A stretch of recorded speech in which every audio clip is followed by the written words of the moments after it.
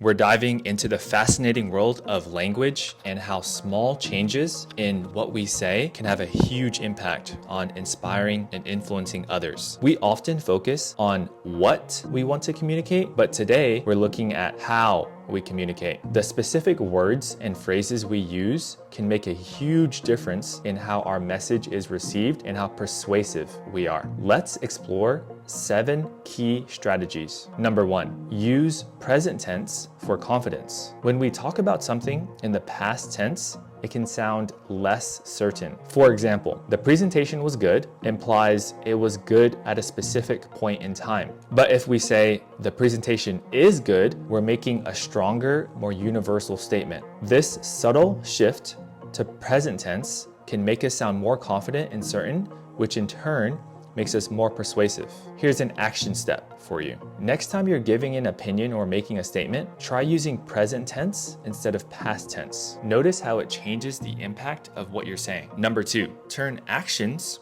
into identities. This is a powerful technique for motivating yourself and others. Instead of asking someone to help, ask them to be a helper. Rather than encouraging someone to vote, invite them to be a voter. This simple change taps into our desire to see ourselves positively and can claim desirable identities. For example, can you help me with this project? Becomes, would you be willing to be a helper on my project? The same works in reverse. Instead of telling students, don't cheat, saying, don't be a cheater is more effective because it discourages them from claiming an undesirable identity. Number 3, ditch the hedges. We often unconsciously undermine our own message by using hedge words like maybe, probably, or might. While there are times when we want to express uncertainty, we often overuse these words out of habit. Compare these 2 statements. I think this might be a good solution. This is a good solution.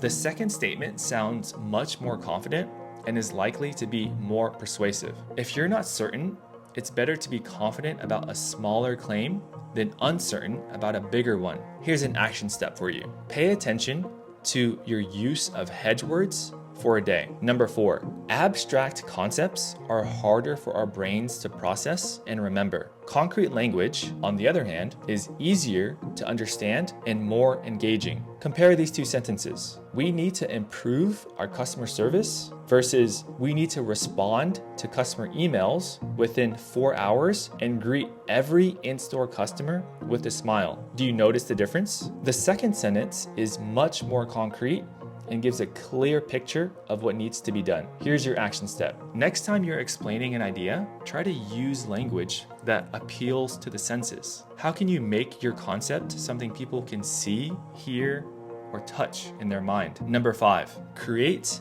curiosity. One of the best ways to keep people engaged is to create curiosity.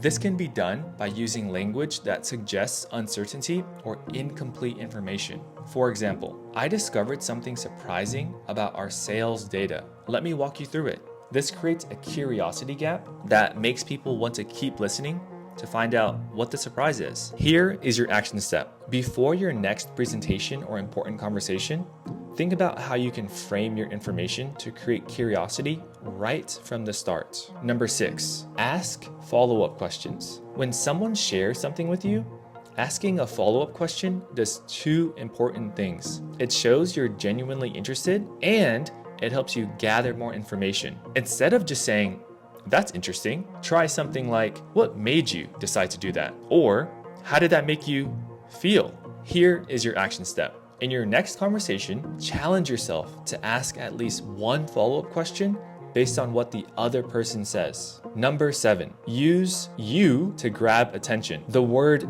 you acts like a stop sign for our brains. It signals that what's coming next is personally relevant to us. This makes a powerful tool for grabbing and holding attention. Compare these 2 sentences. This technique can improve communication versus this technique can improve your communication. The second one feels more personal and engaging. Here's your action step. Look for opportunities to incorporate you into your messages, especially at the beginning to grab attention. Remember, the goal here isn't to manipulate, but to communicate more effectively. By being mindful of our language choices, we can inspire, influence, and connect with others more powerfully. Let's recap. Use present tense for confidence, turn actions into deadlines, ditch the hedges, use concrete language, create curiosity, ask follow-up questions, use you to grab attention. I challenge you to pick one of these techniques and just give it a try for a week. Pay attention to how it changes your interactions and the responses you get. If you found this video helpful, please give it a like and subscribe for more communication tips. I post 1 to 2 times a week, so it would be really appreciated. Thanks for watching.